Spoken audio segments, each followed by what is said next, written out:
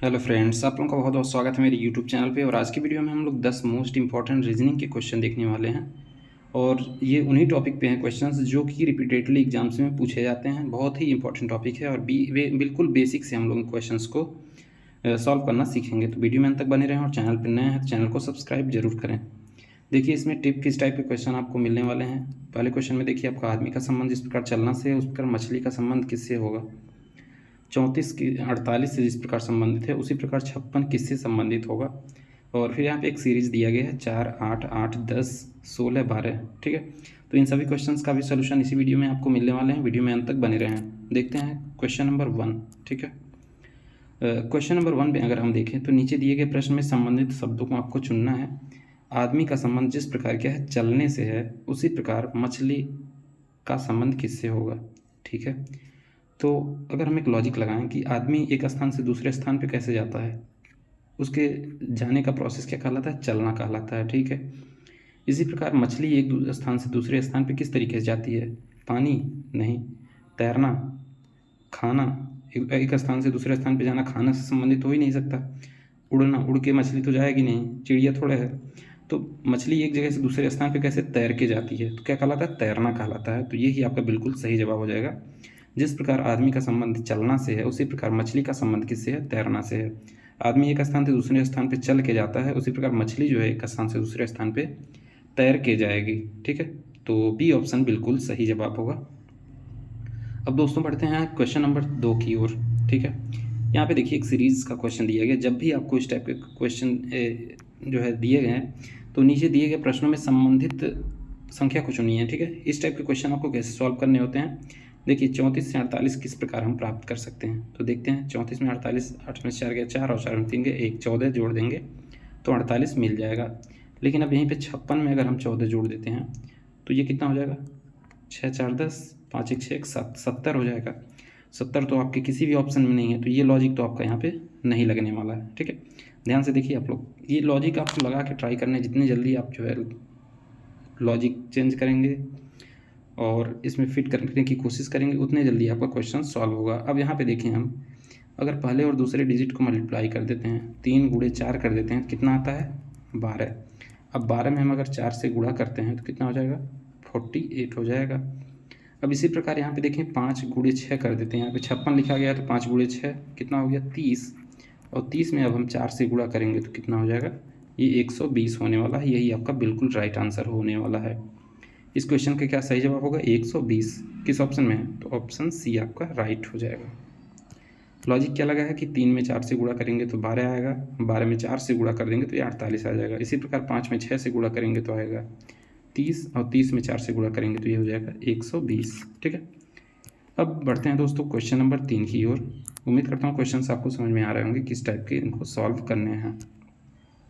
दिए गए प्रश्नों में विषम संख्या युग्म को चुनना है। ठीक है, जब कभी भी आपको इस टाइप के क्वेश्चन मिले जिसमें क्या है, विषम संख्याएं या विषम शब्द चुनना हो, तो देखेंगे कौन सा सबसे अलग दिख रहा है आपको।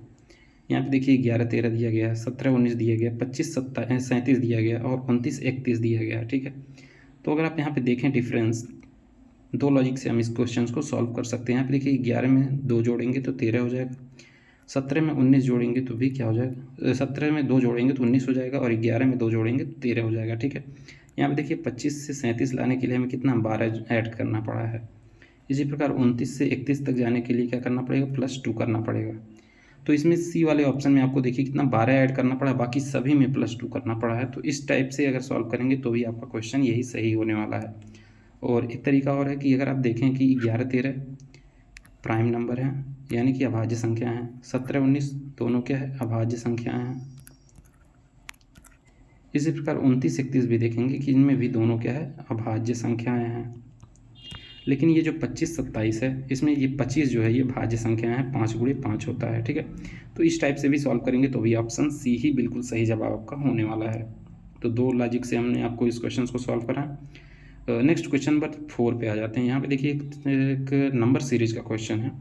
नीचे दिए गए श्रृंखला को आपको पूरा करना है। जब कभी भी आपको इस टाइप के क्वेश्चन सॉल्व करने के लिए दिए जाएँ तो हम यहाँ पे देखेंगे सबसे पहले क्या है कि इस टाइप से 2-2 अंक लेके आगे बढ़ेंगे। तो 4 से हम 8 किस प्रकार प्राप्त कर सकते हैं, तो 4 में अगर हम 4 ऐड कर देते हैं, 4 में 4 ऐड कर देते हैं तो 8 हो जाएगा। तो फिर यहाँ पे 8 ही दिया गया है, तो यानी कि ये लॉजिक फेल है। और यहाँ पे देखिए 4 में 2 से गुणा करेंगे तो 8 हो जाएगा। फिर 8 में अगर 2 से गुणा करते हैं तो ये भी लॉजिक यहाँ पे लगने वाला नहीं है। ठीक है, अब एक जब इस टाइप की क्वेश्चन ना सॉल्व हो तो अल्टरनेट अंक लेके हम सॉल्व करते हैं। तो यहाँ पे देखिए 4 में अगर हम 4 गुणे 2 करते हैं, ठीक है, यानी अगर यहाँ पे हम गुणे 2 करते हैं तो ये 8 आ जाता है। यहाँ पे फिर गुणे 2 करते हैं तो 16 आ जाता है। फिर यहाँ पे 2 से गुणा कर देंगे तो ये कितना आएगा, 32 आएगा, जो कि आपका यहाँ पे 100% सही जवाब होने वाला है। यहाँ पे देखिए 4 में 2 से गुणा किए तो हम 8 पा गए। अब 8 में जब 2 से गुणा करेंगे तो कितना पा जाएंगे, 16 पा जाएंगे। अब 16 में अगर 2 से गुणा करेंगे तो क्या मिलेगा कि 32 आ रहा है क्वेश्चन। ठीक है, तो यहाँ 32 अगर क्वेश्चन मार्क के प्लेस पे आ रहा है तो 32 आपका सही जवाब हो जाएगा, ऑप्शन सी। ठीक है, नेक्स्ट क्वेश्चन नंबर 5 अगर हम देखें तो नीचे दिए गए विकल्पों में से लुप्त संख्या ज्ञात करनी है। तो लुप्त संख्या ज्ञात करनी है तो इसमें हम लुप्त संख्या कैसे प्राप्त कर सकते हैं। तो देखें, अगर 35 लाना है हमें तो 10 में 3 से गुणा करेंगे कितना, 30 आ जाएगा। फिर प्लस इसमें हम 5 कर देते हैं तो कितना आ जाता है, 35। ठीक है, वहीं पे 7 में अगर 2 से गुणा कर देते हैं, 7 गुणे 2 करेंगे तो ये आएगा 14। 14 में अगर 5 जोड़ते हैं हम तो ये हो जाता है 19। ठीक है, 19 हो जाता है। ठीक है, तो और यहाँ पे कितना 25 लिखा गया है, तो ये लॉजिक तो यहाँ पे नहीं लगने वाला है। कुछ और ट्राई करते हैं। तो अगर हम यहाँ पे माइनस करते हैं, 10 में से 3 माइनस करेंगे तो कितना आएगा, 7। और 7 में हम 5 से गुणा करते हैं तो कितना आता है, 35। ठीक है, अब यहाँ पे देखिए 7 में से 2 अगर हम माइनस करते हैं तो कितना आएगा, 7 में जो जाएगा 5 बचेगा। फिर हमने ऊपर 5 से गुणा किया तो 5 से गुणा इसमें भी करेंगे तो ये कितना आएगा, 25। ठीक है, तो यहाँ पे आपका 25 लिखा गया है। अब इसी प्रकार हम इसमें 8 में से 4 माइनस करते हैं तो बचेगा 4, और 4 में अगर हम 5 से गुणा कर देते हैं तो ये आ जाता है 20। ठीक है, तो ये 20 आपका बिल्कुल सही आंसर होने वाला है यहाँ पे, ऑप्शन बी। देखिए यहाँ पे बी ऑप्शन दिया गया है, 20। ठीक है, कॉन्सेप्ट क्या यहाँ पे लगा है देखेंगे एक बार फिर से। 10 में से अगर 3 हम माइनस कर देते हैं तो बचता है 7, और उसमें हम करते हैं 5 से गुणा तो आता है 35, और यही 35 यहाँ पे लिखा गया है। में फिर 7 में से 2 माइनस करेंगे तो आएगा 5, और 5 में 5 से गुणा करेंगे तो कितना आएगा, 25। ठीक है, वही 25 यहाँ पे लिख दिया गया। अब यहाँ पे 8 में से 4 माइनस करेंगे तो 4 आएगा, और सब में मैंने 5 से गुणा किया तो यहाँ पे 5 से गुणा करना पड़ेगा तो आएगा कितना, 20। और यही 20 जो है क्वेश्चन मार्क पे लिखा जाएगा, जो कि ऑप्शन बी में दिया गया। तो ऑप्शन बी आपका बिल्कुल सही जवाब हो जाएगा।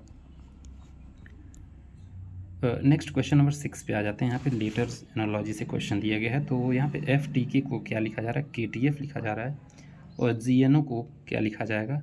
तो अगर हम यहाँ पे देखें, FTK है, ठीक है, इसको क्या लिखा जा रहा है, KTF।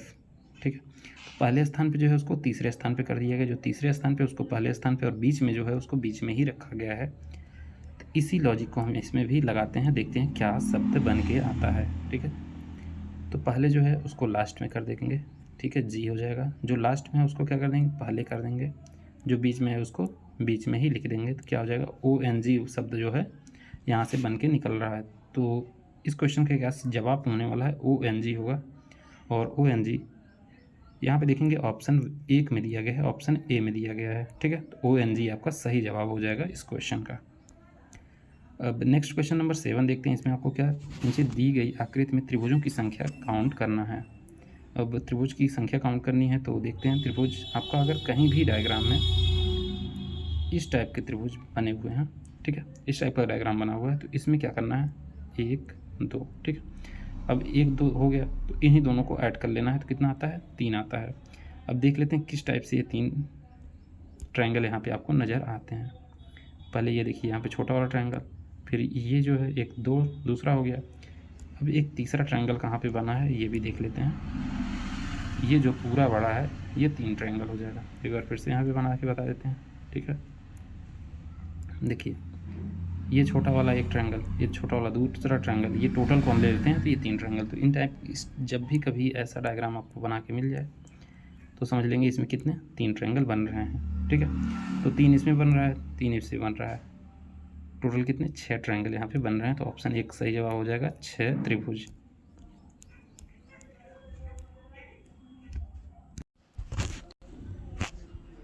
अब इस क्वेश्चन में देखते हैं कि दिए गए प्रश्न में लुप्त पद को ज्ञात करना है, किस तरीके से इसको हम सॉल्व कर सकते हैं। ठीक है, एक प्लस बनाया गया है, इसमें कुछ संख्याएं लिखी गई हैं, तो हमें सबसे पहले ये ट्राई करना है कि ये जो 4 संख्याएं हैं छोटी छोटी चारों तरफ लिखी गई हैं, उनसे बीच वाली संख्या किस प्रकार हम फाइंड आउट कर सकते हैं। ठीक, तो सबसे पहले हम जोड़ के ही ट्राई करेंगे, सभी को क्या करेंगे, ऐड कर देंगे।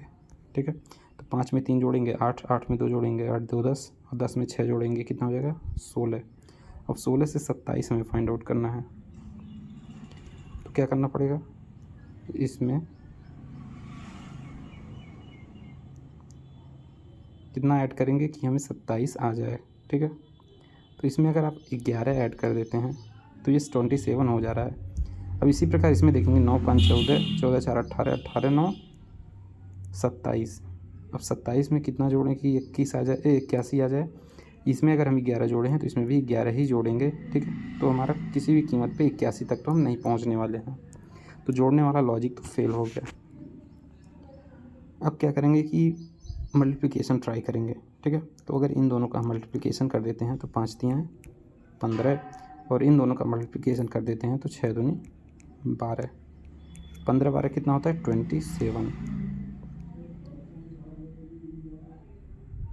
ये होता है 27। अब इसी लॉजिक पे हम इसमें फॉलो करते हैं, तो 9 पचे 45 हो जाता है, 9 में 5 से गुणा करेंगे 45 हो जाएगा, और इसमें 9 से 4 में गुणा करेंगे तो ये हो जाएगा 36।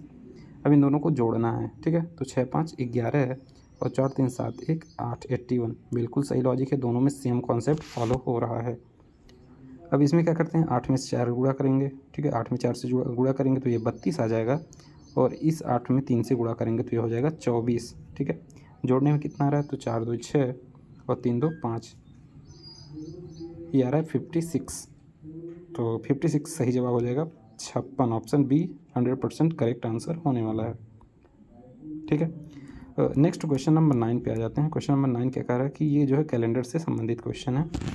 ये है ये यहाँ पे मिस्टेक हो गया, यह की जगह पे यदि होना चाहिए। यदि 15 मार्च 2012 को क्या है, ट्यूसडे है। ठीक है, मंगलवार है, तो 5 मई 2012 को कौन सा दिन रहेगा।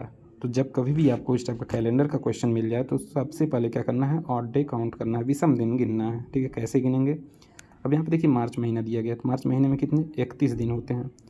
इसमें जो 15वां दिन दिया गया है, तो 15 के बाद कितने, 15 अगर हम इसमें माइनस कर देते हैं तो कितना बचता है 16। ठीक है, तो मार्च में 16 दिन बचा।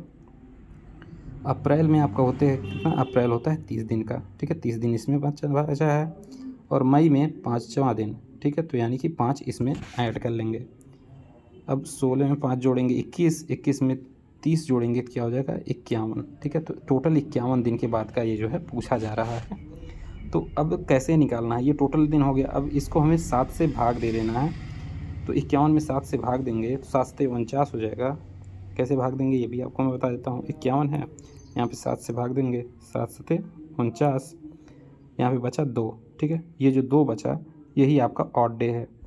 तो 2 ये इसका आप करना क्या है ये मैं आपको बता दूँ। ये ऑड डे ये जो है 15 मार्च के बाद में मंगलवार दिन है, तो इसमें 2 ऐड कर देना, मंगलवार बुध बृहस्पति। ठीक है, 2 ऐड करने के बाद बृहस्पतिवार आ रहा है, यानी कि बी ऑप्शन आपका 100% करेक्ट हो जाएगा। बृहस्पतिवार का दिन होगा 5 मई 2012 को। ठीक है, तो बहुत आसान तरीके से कैलेंडर का क्वेश्चन आप लोग ऐसे सॉल्व कर सकते हैं।